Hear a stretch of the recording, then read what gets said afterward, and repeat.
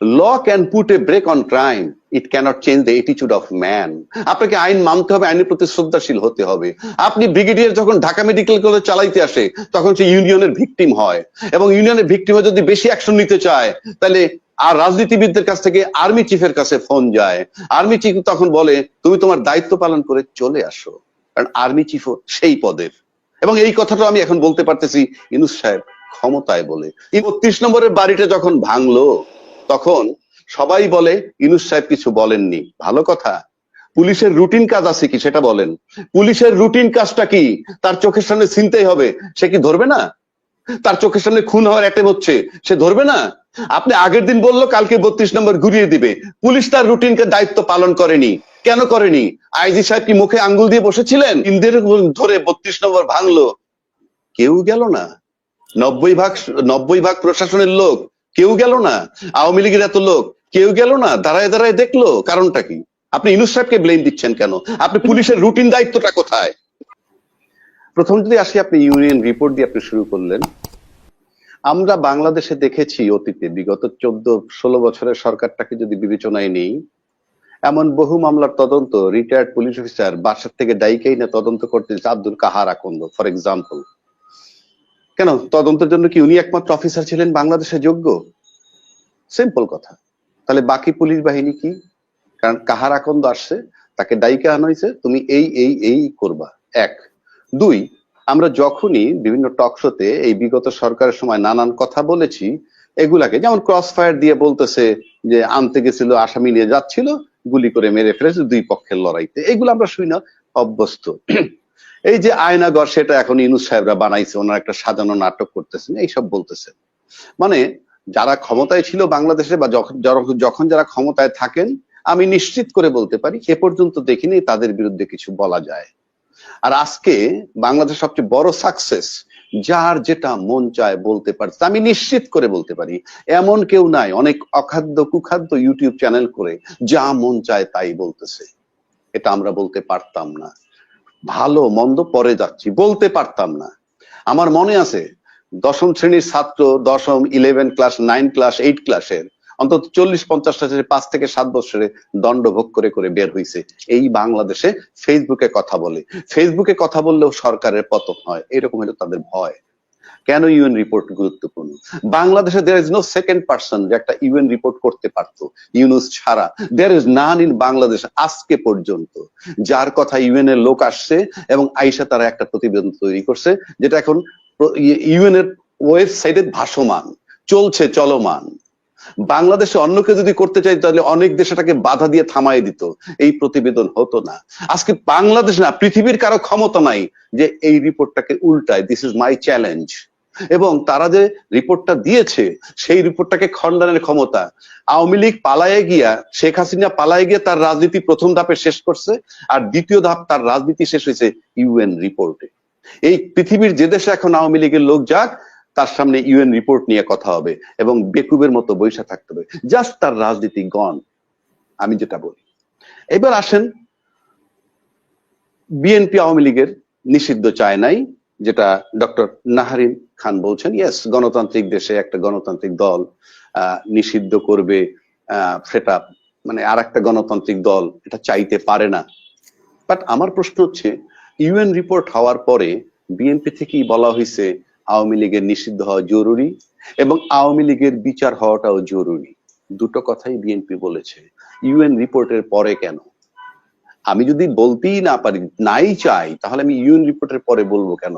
কারণ আমি যদি ইউএন রিপোর্টের বিরুদ্ধে স্ট্যান্ড থাকে আমার, তাহলে এটা আমার জন্য ক্ষতিকর হবে। Very simple. তারপরে কি মঞ্জু ভাই অনেকগুলা প্রশ্ন রেজ করছেন। দেশে চাঁদাবাজি, দুর্নীতি চলছে, চলমান।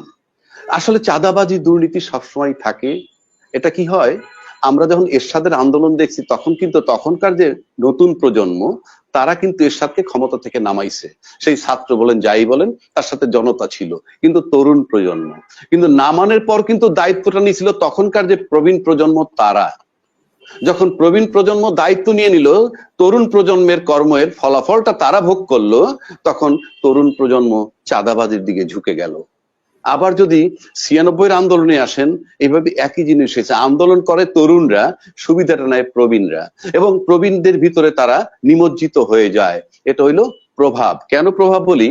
আমরা কিন্তু বাসায় বসে বলি, আমরা একজন পিতা তার ছেলে দেখা গেল অনার্স পড়ে এবং সে খুব দামি দামি ম্যাচিউরড কথা বলে এবং এমন সুন্দর কথা বলে, এত সুন্দর চিন্তা চেতনা যে বাবা তার বুদ্ধিতেও চলে। বাবার বয়স 60, কিন্তু ছেলের বয়স 23-24। কিন্তু এইরকম একটা ভালো চিন্তা চেতনা যখন অন্য একটা ছেলে আমাকে এই বুদ্ধি দেয়, বারবার উপদেশ দেয়, তখন আমি তাকে বলি ইসরে পাকা।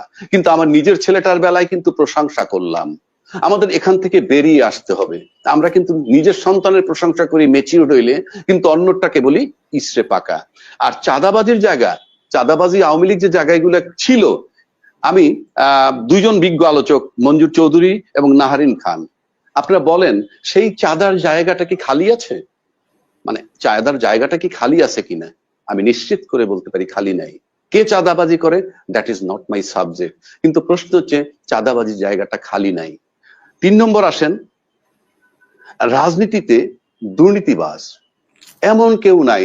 ভাই বললেন যেটা, যে ট্রাইব্যুনাল করে শেষ করে দিব। আমি তো তাহলে আওয়ামী লীগের 2 কোটি ভোটার শেষ করে দিতে হয়। দুর্নীতিবাজ কিভাবে হয়? আপনাকে নিশ্চিত করে বলতে পারি, আপনি যখন ক্যান্টনমেন্টের সিএমএ চালায় একজন ব্রিগেডিয়ার, কত স্বচ্ছ কি সুন্দর ভাবে চলে। কিন্তু সেই ব্রিগেডিয়ারে যখন আমি ঢাকা মেডিকেল কলেজ চালাইতে দেই, সে ব্যর্থ হয়। কেন? সিএমএ চালাইতে পারে কিন্তু ঢাকা মেডিকেল কলেজ চালাইতে পারে না। এটা কারণটা কি? আমি তো চ্যালেঞ্জ করে দিলাম। এটার মানে হচ্ছে law can put a brake on crime, it cannot change the attitude of man. আপনাকে আইন মানতে হবে, আইনের প্রতি শ্রদ্ধাশীল হতে হবে। আপনি ব্রিগেডিয়ার যখন ঢাকা মেডিকেল কলেজ চালাইতে আসে, তখন সে ইউনিয়নের ভিকটিম হয়, এবং ইউনিয়নের ভিকটিম হয়ে যদি বেশি অ্যাকশন নিতে চায়, তাহলে আর রাজনীতিবিদদের কাছ থেকে আর্মি চিফের কাছে ফোন যায়। আর্মি চিফ তখন বলে তুমি তোমার দায়িত্ব পালন করে চলে আসো, কারণ আর্মি চিফও সেই পদের।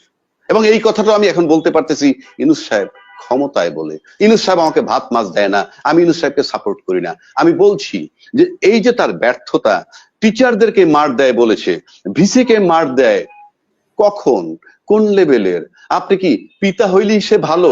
মানে পিতা মাতার বিচার করা যায় না, টিচারের বিচার করা যায় না, কিন্তু এটা নৈতিকতার প্রশ্ন, মোরালিটির প্রশ্ন। কিন্তু টিচাররা কি পারে র্যান্ডম ইউনিভার্সিটির মেয়ের সাথে প্রেম করে বিয়ে করতে ফেলে? পারে? নৈতিকভাবে পারে না। আমি বলছি নৈতিকভাবে আপনি পারবেন না, আপনি নৈতিকভাবে পারবেন না, আবারও বলছি। সুতরাং আপনি, আমি সব টিচারের কথা বলছি না। হ্যাঁ, সব টিচারই তো এরকম না, এবং সব টিচারই তো আবার আওয়ামী লীগ পন্থী ছিল না। না না, সব টিচার এরকম না। না না, সব টিচার এরকম না। সব ভিসি কে পিটায় না, সব স্যারকেই তো পিটায় নাই। আমরা তো ইউনিভার্সিটি টিচারদের সাথে চলি। আমি চ্যালেঞ্জ করতে পারি, সেটাও তো আমরা দেখেছি, অন্যায়ভাবেও টিচারদের অন্যায় সব জায়গায় আছে। অন্যায় তো সব জায়গায়, 16 বছরই তো অন্যায় হয়েছে। আয়নাগর ছিল না? আসলে চাঁদাবাজির স্থান, মানে স্থান পূরণ হয়ে যায় বলে কি চাঁদাবাজির কোনো বিচার হবে না? মানে এটাকে আমরা আমি তো নো, এটা কথা মানেন, আপনাকে বুঝতে হবে যেহেতু খালি নাই, কারা ভরছে তাদেরকে কি আপনি কি করবেন? সাপোর্ট করবেন? আমার কথাটা ওখানে। তাহলে কে ভরাট করছে খুঁজেন। আমি সেজন্য বলছি যে আপনি চাঁদাবাজ বন্ধ করতে পারবেন না, বন্ধ করতে হবে সিস্টেম দিয়ে। যেহেতু ব্রিগেডিয়ার সাহেব ক্যান্টনমেন্ট চালাইতে পারে সিএমএইচ, যে সিস্টেমে যে কারণে চলে, একই প্রক্রিয়া বাইরে লাগবে। আপনি সিস্টেমই করে দেন চুরির, যেমন আওয়ামী লীগ পেশাটাই ছিল তাদের চুরি। পুরা দেশটাকে মনে করছে কি এটা তাদের, পুরা প্লটটা তাদের, এবং এই প্লটের ভিতরে যেখান থেকে যে আয় হবে সবটাই তাদের, সবটাই তাদের, তাই তারা করেছে। এখন আসেন, আপনি একটা কথা বলেছে বিএনপি স্থানীয় নির্বাচন চায় না। কেন চায় না? বিএনপি কিন্তু সবচেয়ে পপুলার দল বাংলাদেশে, এখন এর চেয়ে বড় পপুলার দল কোনোটা নাই।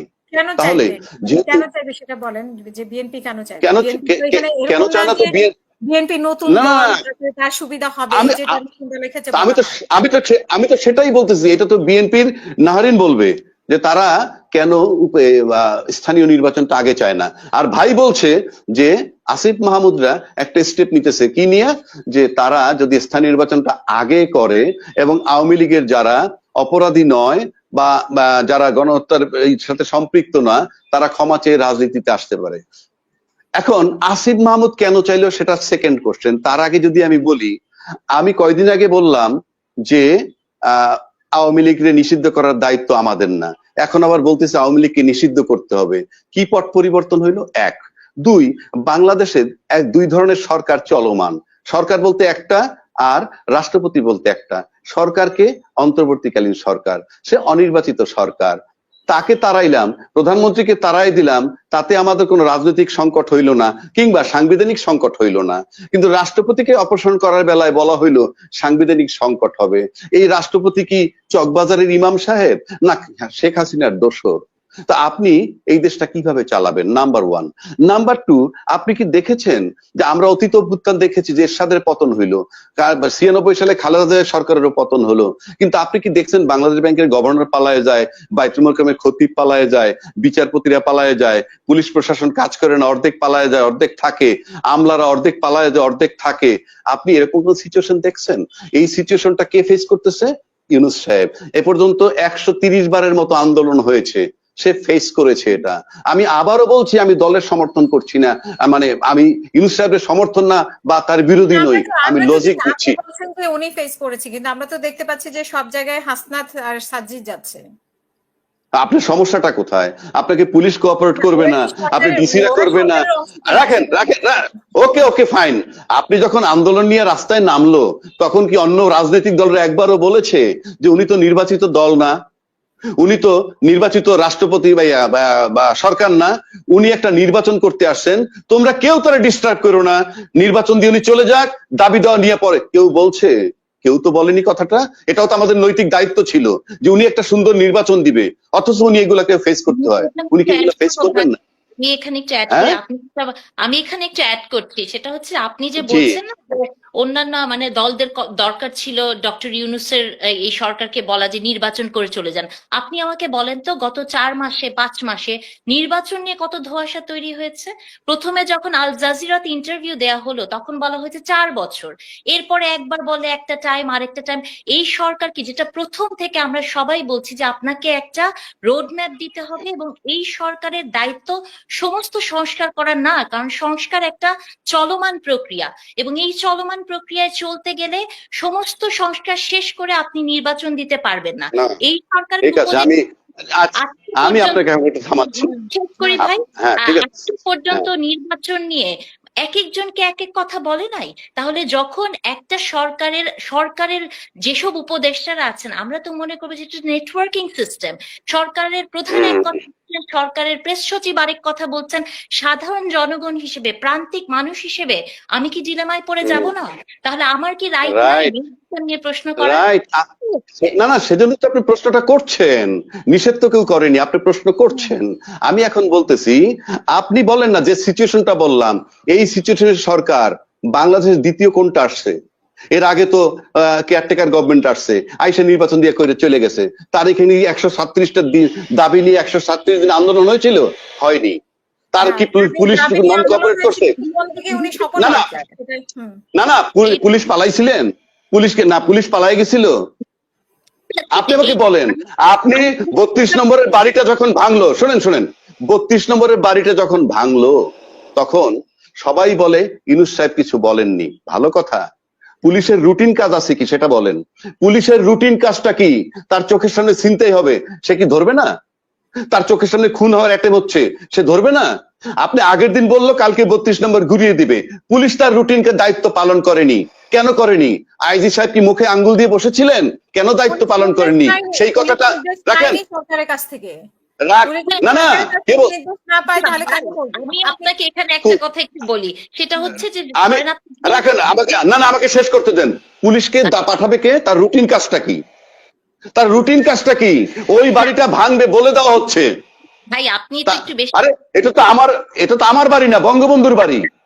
বঙ্গবন্ধুর বাড়িটাকে দেখেন, বঙ্গবন্ধুর বাড়িটা না আমি বলি, আপনি আমার পরে বললেন। বেনজির সাহেব বলছে বেনজির সাহেব বলছে 90% প্রশাসন আওয়ামী লীগের। বেনজির সাহেব বলছে আওয়ামী লীগের সমস্ত প্রশাসন আওয়ামী লীগের। দেশে আওয়ামী লীগের প্রচুর সংখ্যা আছে। আবার যদি বলি বিএনপির একটা বিরাট সংখ্যা আছে, তারা রাজনৈতিক শক্তি। 3 দিন ধরে 32 নম্বর ভাঙলো, কেউ গেল না। 90 ভাগ প্রশাসনের লোক, কেউ গেল না। আওয়ামী লীগের এত লোক, কেউ গেল না। দাঁড়ায় দাঁড়ায় দেখলো, কারণটা কি? আপনি ইউনূস সাহেবকে ব্লেম দিচ্ছেন কেন? আপনি পুলিশের রুটিন দায়িত্বটা কোথায়? পুলিশের রুটিন, রাষ্ট্রের প্রশাসনের রুটিন দায়িত্ব কই? যখন জুলাই আগস্টে গণহত্যা হয়েছিল তখন পুলিশ কেন রাস্তায় ছিল? শেখ হাসিনার নির্দেশ ছিল এবং সরকারের পক্ষ থেকে স্পষ্ট নির্দেশ ছিল, দেখি তো নাকি? রাইট, আমি তো একমত। ছিল। না এখন কি বলতে চান কেন তখন ছিল? এরকম কিছু মানে আমরা না আপনি কি এখন উত্তর এইটা চান আমার কাছ থেকে, যে তখন পুলিশ কেন ছিল এখন পুলিশ নাই কেন, সেই উত্তর চান? সেটা না ভাই, আমি এখানে শুধু একটা জিনিস একটু অ্যাড করি। ধরেন আপনি যার কথাই বলেন না কেন যে বঙ্গবন্ধু বা শেখ মুজিবুর রহমানের বাড়ি ভাঙা বা যা কিছু, এগুলা কিন্তু এমন না যে খুব একটা সাডেন একটা ইনসিডেন্ট হয়েছে, এটা কিন্তু ঘোষণা দিয়ে হয়েছে। যখন একটা দেশে আরে ভাই আমি তো আপনি ম্যাডাম আমি তো আপনার সাথে একমত। ঘোষণা দিয়ে যখন হয় তখন প্রশাসন কোথায়? আমি ভাই শেষ করবেন প্লিজ। আমার কথাটা একটু শেষ করতে দিবেন। তো একটা দেশের সরকার কেন থাকে, এটা যেমন সরকারই হোক, যে সিচুয়েশনেই সরকার আচ্ছা ঠিক আছে, আচ্ছা আপনি দুইজনের কাছে প্রশ্ন রাখলাম। এই মুহূর্তে মনে করেন ইউনূস সাহেব চলে যাবে, কথার কথা ইউনূস সাহেব চলে যাবে, আপনারা দুইজন একটা লোকের নাম বলেন, কে দায়িত্বটা পালন করতে পারবে বলেন, আমি জানতে চাই, জাস্ট জানতে চাই। আমি আপনাকে না বললে হবে না তো, একটা আপনি বললে হবে না তো, একটা দায়িত্ব, আমরা চাই দেশটা ঠিক থাকুক, আমরা টেলিফোন করবো, আমরা আন্দোলন করবো, ইউনূস সাহেব আপনি চলে যান, আপনারা দুইজন একটা লোকের নাম বলেন, হু ইজ ক্যাপাবল বলেন। না একটা নাম বলেন। আমি আমার জায়গা থেকে কখনোই মনে করি না যে একজনকে আপনি একটা নাম বলেন না, দুইজন একটা নাম বলেন না অ্যাটলিস্ট।